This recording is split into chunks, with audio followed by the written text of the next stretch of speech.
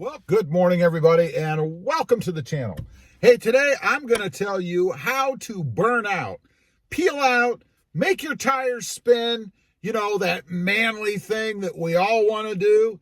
Picture this. You're sitting somewhere, you're beside your buddy, he's in his hopped up truck, and you're in your truck, and maybe you're a little bit underpowered, but you don't want to be shown up. He's going to hit it when the light turns, right? And you want to hit it too. But the problem is you might not have enough oomph, Well, I'm going to tell you how you can do a burnout, even if you don't have enough oomph. And I'm going to demonstrate a couple of them for you. So first of all, the easiest way to do a burnout. Well, what is a burnout, first of all, right? For those of you who don't know or don't go by that terminology, a burnout is when you make the rear tires or front tires, depending on what you're driving, spin in your vehicle. It's that simple. You get a little bit of chirp, a little bit of grinding noise, maybe a little bit of smoke if you're really into it. But anyway, this is how you do it if you have an underpowered truck. First of all, let's cover if you have enough power, if you have enough oomph, right? The best way to do a burnout and the most satisfying way, because it means you have enough power, is when you're at a stop somewhere and you just floor it, right? You put the pedal to the floor and the rear wheels go. That's the best way to do a burnout. It's the most satisfying, right? But again, let's say that you don't have enough power for that, right? You're a little bit lacking in that area.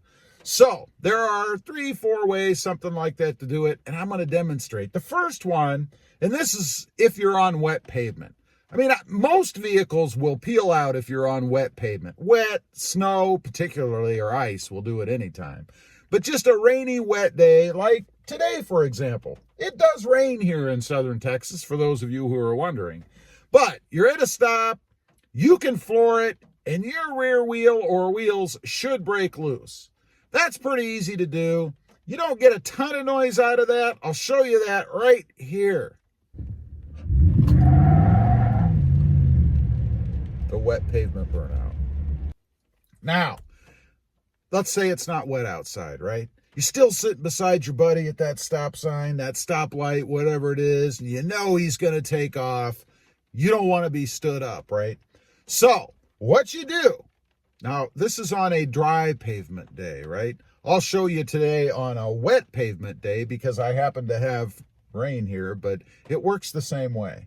What you do, you put your foot on the brake and you're at a stop. So hopefully you have your foot on the brake anyway. So you got your left foot in this case on the brake, unless of course you're driving a manual transmission, which we'll get to. But you put your left foot on the brake and then you depress the gas. You start to rev it up a little bit. You rev it further and further until you get to that point, and you should practice this before you really want to do it. But you push on that accelerator, the gas pedal, until you get to the point where the truck wants to lurch forward, right? You can feel it starting to break the brakes. It's starting to want to go forward. Now, just at that point, when it starts to pull forward a little bit, you floor it the rest of the way and let the gas off, or let the brake off rather. Floor it and let the brake off, and you will get a burnout even on dry pavement. You might not go 500 feet with the wheels spinning, but they will break loose. And I'll show you right here an example on wet pavement. Same process.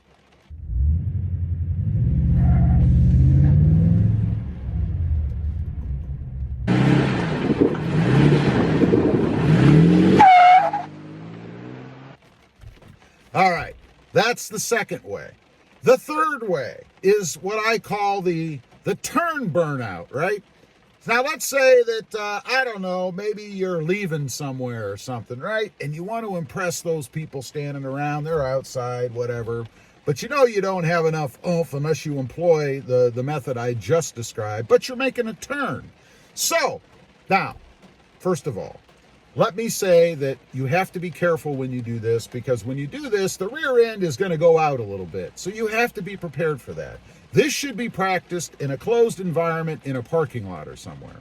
So you're getting ready to make the turn. You start into your turn, and just as you start, just a hair after you start to go into that turn, you floor it. Now, you have the front tires, which are turning, right? So in essence, they're going to hold the truck back a little bit. They're going to give a little bit of pressure, if you will, because they're turning sideways.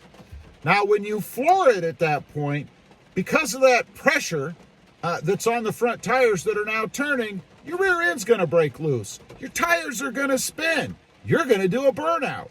Again, just be prepared that if you go too far and you're not in control, you could lose control and that rear end could go out. I'll demonstrate that for you right here, again, on wet pavement.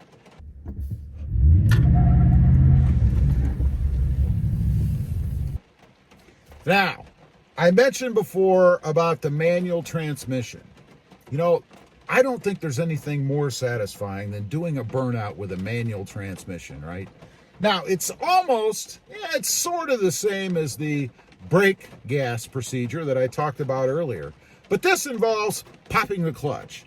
Have you ever heard that terminology? You're going to pop the clutch. So what you're going to do, you got your left foot on the brake, you have your left foot on the clutch, because you have to have the clutch depressed, obviously.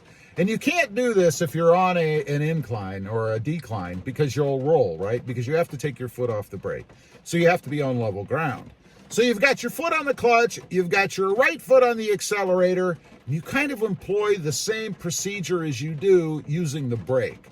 You start to floor it. You floor it a lot, actually. You floor it a lot, and then you pop the clutch out. Let the clutch come up. That is going to send power to the rear wheels, or the front if you have front wheel drive, I don't know.